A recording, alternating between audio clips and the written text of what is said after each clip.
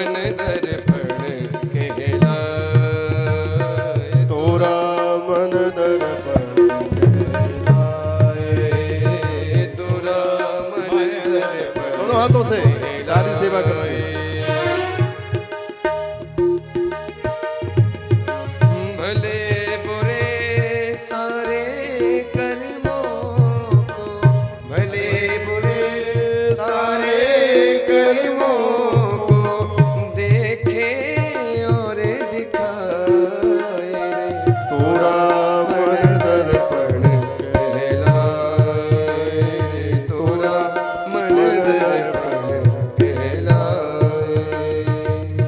दोनों हाथों से ताली सेवा करते चलो।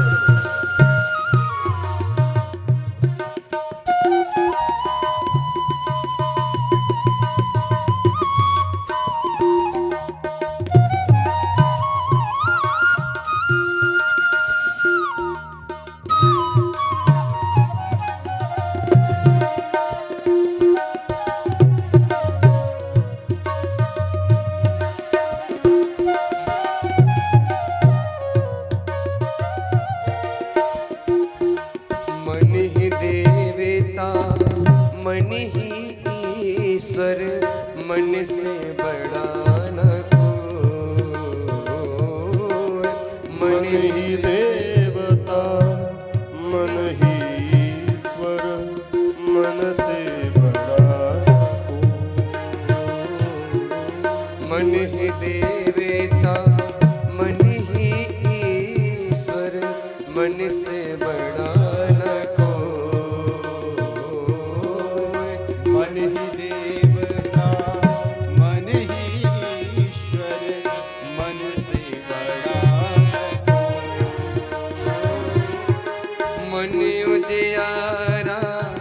जब जब होवे जग उजियारा हो, मन उजियारा जब जब फैले जग उजियारा हो। इसी उजले दर्पण पर प्राणी, इसी उजले दर्पण पर प्राणी जमने पाए रे। तोरा मन दर्पण कहलाए, तोरा मन दर्पण कहलाए रे, तोरा मन दर्पण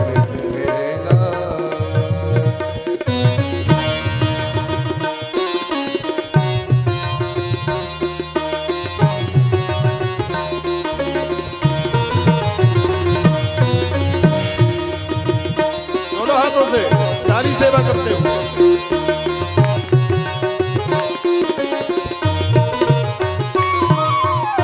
सुख की कलियां दुख के कांटे, मन सबका आधार। सुख की कलियां दुख के कांटे, मन सबका से कोई बात छुपे ना, मन के नैन हजार।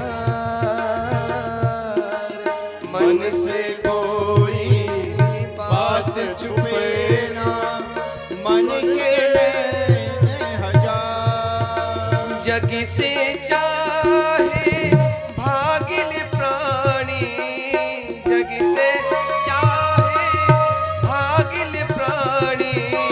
मन से भाग न पाए रे। तोरा मन दर्पण कहलाए रे, तोरा मन दर्पण कहलाए, तोरा मन दर्पण कहलाए रे, तोरा मन दर्पण कहलाए।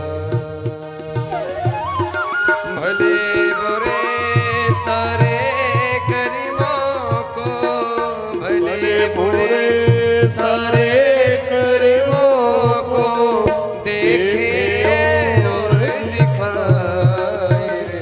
तोरा मन दर्पण कहलाए।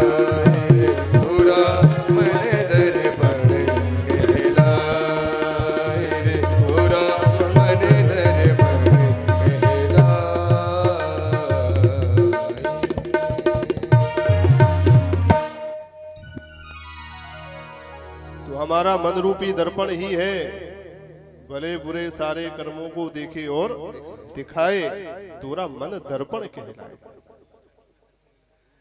पर एक बात हम आपको बता दें कि दर्पण हम उपयोग काहे के लिए करते हैं? बोले सजने संवरने के लिए, सजने और संवरने के लिए दर्पण का उपयोग किया जाता है। आज तक कोई ऐसा व्यक्ति है जो दर्पण का उपयोग इसलिए करता हो कि हम सजे संवरे बिगड़ जाए? हम बिगड़े हैं और अच्छे लगे इसलिए ही दर्पण का उपयोग करते हैं। ऐसे ही इस मन रूपी दर्पण को सजाता कौन है? ये भगवान की कथा, भगवती की कथा हमको सजाती है मन रूपी दर्पण की तरह। संतों के चरणों की, भक्तों के चरणों की रज बिंदी के रूप में मस्तक पे लगा देती है, ताली रूपी कड़ूलों को हाथों में पहना देती है, भगवान की भक्ति में नृत्य रूपी नूपुरों को पैरों में बांध देती है, सुंदर ठाकुर जी के चरणों की तुलसी की सुगंधी की सुंदर नासिका में सुंदर नासामणि बांध देती है, भगवान के नामामृत की लालिमा ओठों पे लगा देती है, कंठ में सुंदर तुलसी की कंठी बांध देती है। ये कथा का ही प्रभाव है जो ऐसा सुंदर श्रृंगार करती है कि भगवान जैसे गोपियों को स्वीकार कर लेते हैं, ऐसे ही सजी हुई उस गोपी को स्वीकार कर। इसलिए मानस यज्ञ कब सफल होता है? बोले मानस यज्ञ तब सफल होता है जब हमारा मन शुद्ध होता है, निर्मल होता है, उतनी ही अच्छी से मानस यज्ञ संपादित होता है। श्री व्यास जी कहते हैं वो 3 प्रकार की कमियां यज्ञ की बताएं।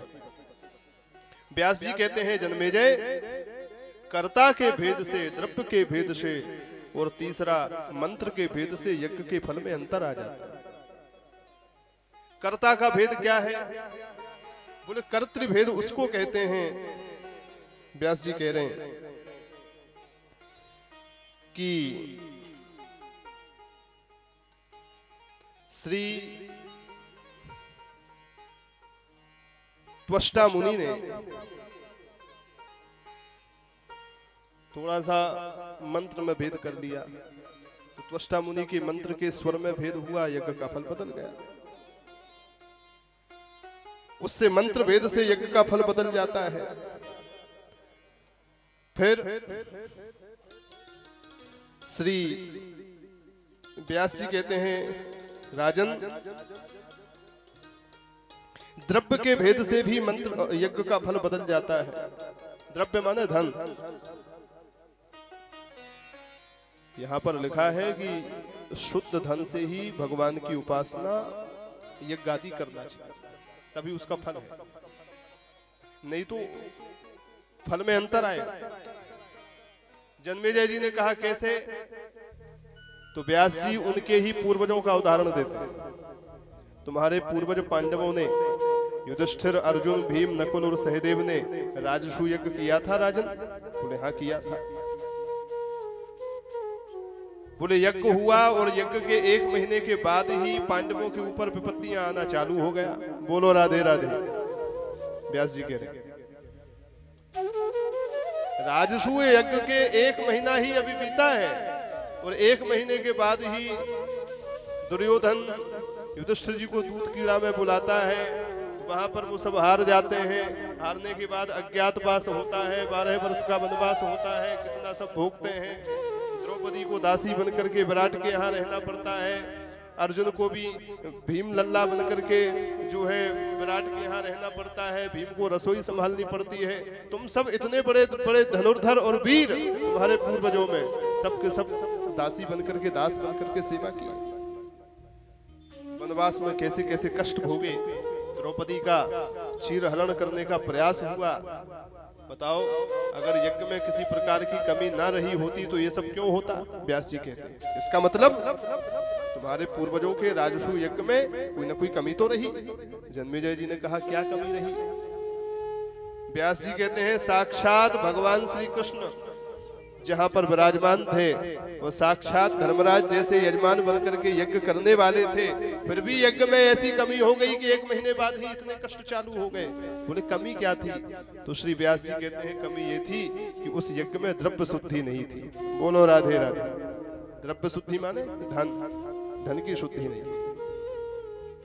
न जाने कहां कहां के राजाओं का कैसा कैसा धन हरण करके युद्ध के माध्यम से आया, जरासंध आदि राजाओं का धन आया। पापियों के धन से जब सत्कर्म करोगे तो क्या होगा? इसलिए यज्ञ में द्रव्य शुद्धि भी आवश्यक है। द्रव्य शुद्धि से भी फल में भेद हो जाता है। कर्ता की शुद्धि भी आवश्यक है। अगर कर्ता की शुद्धि नहीं हुई तो भी फल में भेद हो जाता है। कर्ता की शुद्धि में फल में भेद कैसे हुआ? बोले इंद्र ने यज्ञ किया अपनी शक्ति बढ़ाने के लिए। दैत्यों के जो मामा थे विश्वरूप, उनको बनाया यज्ञाचार्य, और विश्वरूप ने यज्ञ इंद्र का कराया। पर दैत्य उनके मामा लगते थे, यज्ञाचार्य जी दैत्यों के भांजे लगते थे। तो उन्होंने कहा यज्ञ ऐसे करो कि हमारे मामाओं को भी थोड़ी सी आहुति पहुंचती रहे चुप्पई, तो वो भी शक्तिशाली हो जाए। तो धीरे धीरे चुप्पई छुप करके दैत्यों की भी आहुति लगा देते थे। तो कर्ता ने थोड़े से यज्ञ में फेरबदल कर दिए तो इंद्र नाराज हो गए और यज्ञाचार्य का ही गला काट दिया। बोलो जय सिया राम। अब बताओ यज्ञ का फल क्या निकला? यज्ञ हो रहा था काहे के लिए और फल क्या निकला? इसलिए कर्ता के भेद से भी यज्ञ में फल बदल जाता है, धन के भेद से भी बदल जाता है। और तीसरा बताया मंत्र शुद्धि। मंत्र शुद्धि क्या है? बोले पांचाल नरेश द्रुपद, जो द्रौपदी के पिता थे, उन्होंने अपने मित्र जो बाद में शत्रु हो गए द्रोणाचार्य को मारने के लिए यज्ञ करवाया, तामस यज्ञ। और इसलिए करवाया कि द्रोणाचार्य को मारने वाला कोई दिव्य वीर इसमें से प्रकट हो। पर थोड़ा सा मंत्र भेद हो गया तो केवल वीर ही प्रकट नहीं भये, एक पुरुष के साथ साथ एक स्त्री माने द्रौपदी भी प्रकट हो गई, भाई बहन प्रकट हो गए। तो यज्ञ किया था एक के लिए, प्रकट हो गए तो क्यों? बोले उसमें मंत्र शुद्धि गड़बड़ा। तो इसलिए शास्त्रों में कहा गया नहीं यज्ञ समो बंधु नहीं यज्ञ समो रिपुहु। यज्ञ के समान हमारा कोई बंधु बांधव मित्र भी नहीं, और यज्ञ के समान हमारा कोई शत्रु भी नहीं। अगर विधि विधान से होता है तो वही यज्ञ कल्याण करने वाला हो जाता है। और उसी यज्ञ में अगर हमारी विधि विधानों में चूक हुई, मर्यादा का हनन हुआ, तो वही यज्ञ हमारे अकल्याण का भी कारण बन जाता है। इसलिए सबसे बढ़िया एक ही यज्ञ है। इस कलिकाल का सबसे बढ़िया यज्ञ जानना चाहोगे? ऐसे यज्ञ तो महाराज संत लोग ही करा सके। बोलो राधे राधे। आप लोग कर में बैठोगे तो कैसे हो? जानकारी तो कुछ विधि विधान की है ही नहीं। संतन के सानिध्य में ऐसे यज्ञ कह सके तो हम कौन सा यज्ञ है जो कर सके और गलती कुछ बने नहीं? तो नाम यज्ञ महायज्ञ कलौ कल मघनाशन।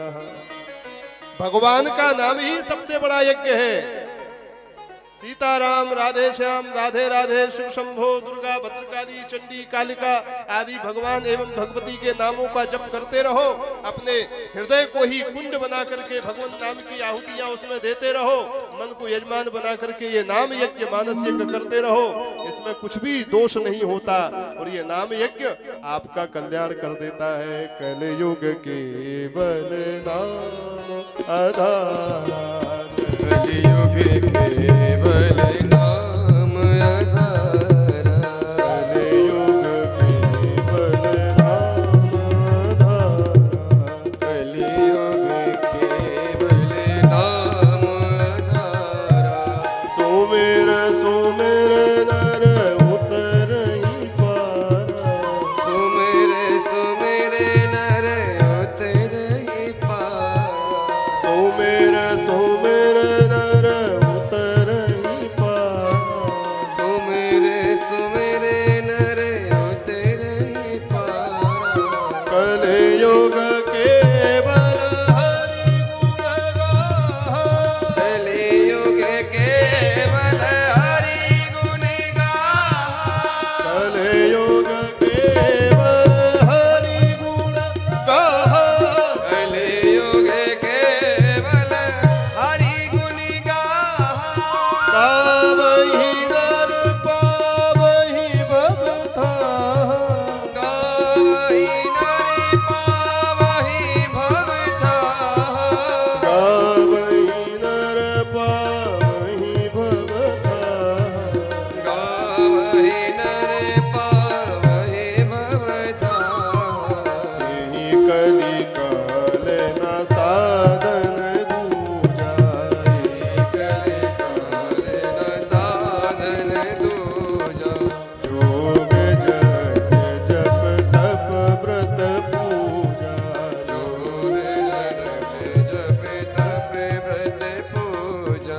राम ही सुमरिया गाइया राम ही सुमरिया गाइया राम ही सुमरिया गाइया राम ही सुमरिया गाइया राम संतत विमल राम गुण ग्राम ही संतत विमल राम गुण गावहि संतत विमल राम गुण ग्राम संतत विमल राम गुण गावहि कलयुग के बल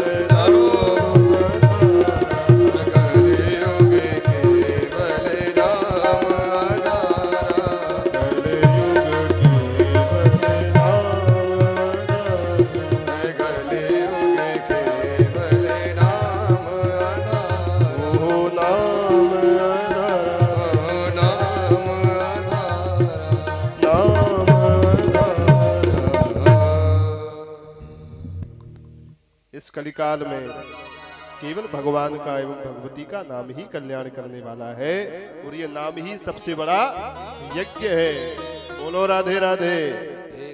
इसका मतलब ये नहीं है कि यज्ञ नहीं करने, यज्ञ करने हैं पर सावधानी से करने हैं, परंतु नाम यज्ञ जरूर करना है।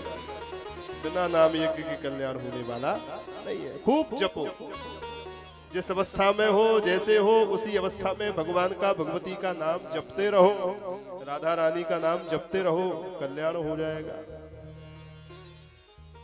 जिस देश में जिस वेश में परवेश में रहो, राधा रमण राधा रमण राधा रमण कहो, भगवान एवं भगवती का नाम जपते रहो, वही कल्याण करने वाला है। श्री भगवती की कृपा से, भगवती की इच्छा से किस प्रकार से भगवान श्रीमन नारायण का हयग्रीव अवतार हुआ, उसकी भी कथा भगवान व्यास ने श्री जन्मेजय जी को सुनाई है। शौनकादि ऋषियों ने पूछा भगवान का हयग्रीव अवतार मतलब? सूत जी ने कहा हयग्रीव माने होता है, हय माने होता है घोड़ा, ग्रीव माने होता है गर्दन, ग्रीवा माने गर्दन, हय माने होता है घोड़ा। भगवान नारायण को घोड़े की गर्दन लगी, बोलो जय सिया राम। बोले ऐसा कैसे संभव हो गया? इतने सुंदर नारायण, सशंक चक्रम सकिरीट कुंडलम सपीत वस्त्रम सरसीरुहेक्षणम सहार वक्षस्थल शोभि कौस्तुभम पीतांबरम सांद्रपयोद सौभगम नमामि विष्णुं शिरसां चतुर्भुजम्। ऐसे विष्णु, ऐसे सुंदर नारायण, घोड़े की गर्दन लगी, कारण क्या है? तो सूत जी कहते हैं भगवती की इच्छा से ही सब होता है। चाहे भगवान नारायण हो, चाहे श्री ब्रह्मा जी हो, और चाहे भगवान शंकर हो, अथवा कोई भी देवी देवता हो, अथवा सृष्टि के चराचर जीव हो, सब भगवती की इच्छा पर ही नाच रहे हैं। वही भगवती राम जी के तत्व में है तो सब ही नचावत राम गोसाई। पर राम जी जानकी जी के इशारों पर, कन्हैया राधा रानी के इशारों पर, उनकी ही इच्छा पर नाच रहे। अब जरा विचार करो, शेष महेश गणेश दिनेश सुरेश ही जाहि निरंतर ध्यावे, और ताहि अहीर की छोहरियां छछियावर छाछ पे नाच नचा। जब प्रेम के वशीभूत होकर के भगवान अहीर की छोहरियों अर्थात वृंदावन की गमार ग्वालिनियों के इशारों पर नाच सकते हैं, तो भगवती के इशारे पर तो ये सारी सृष्टि नच रही है। बोले मतलब सीधा सा ये है, उनकी ही इच्छा से ये सब काम करते हैं। एक बार भगवान नारायण शेष की सैया पर आराम से लेटे थे। भगवती लक्ष्मी भगवान श्रीमन नारायण के चरणों के पास बैठ करके पाद सेवा कर रही थी। अचानक भगवान नारायण लक्ष्मी जी को देख करके थोड़ा सा मुस्कुरा दिए। बोलो राधे राधे। जब मुस्कुराए तो भगवान लक्ष्मी जी को इस प्रकार से अकारण ही भगवान को उनको मुस्कुरा करके देखना थोड़ा सा अखर गया। ऐसे क्यों मुस्कुराए? भाई एक होती है प्रेम वाली हंसी, एक होती है व्यंजना वाली हंसी, व्यंग वाली हंसी। तो भगवान व्यंग वाली हंसी से हंसे। लक्ष्मी जी को अखर गया, ये प्रभु मुस्कुराए क्यों? ऐसे मुस्कुराए। आखिर के क्या कोई बात है? कुछ मेरे मुख पर इनको कुछ दिखा? किसी कारण से ही मुस्कुराए होंगे, अकारण तो मुस्कुरा नहीं सकते। अगर कारण से मुस्कुराए तो क्या कारण था? और अगर कारण नहीं है, अकारण ही मुस्कुराए, तो उनको ऐसे नहीं मुस्कुराना चाहिए। लक्ष्मी जी को उसी समय क्रोध आ गया और क्रोध में उन्होंने भगवान नारायण को, अपने पतिदेव को ही शाप दे दिया, जाओ जिस चेहरे से मुस्कुराए हो वो चेहरा कट करके अलग हो जाए। बोलो राधे राधे। पर ये सब भी भगवान की इच्छा से ही होता है। लक्ष्मी जी ऐसी साप नहीं दे रही है, साप दिलवाने वाली भी भगवती और नारायण ही है। हाँ। भागवत की कथा में भगवान के जय विजय पार्षदों को चारों भाई सनकादिकों ने शाप दिया। सनक, सनंदन, सनातन और सनत कुमार ने शाप दिया जय विजय को। द्वारपाल हरि के प्रिय देव दो, जय और विजय जान सबको।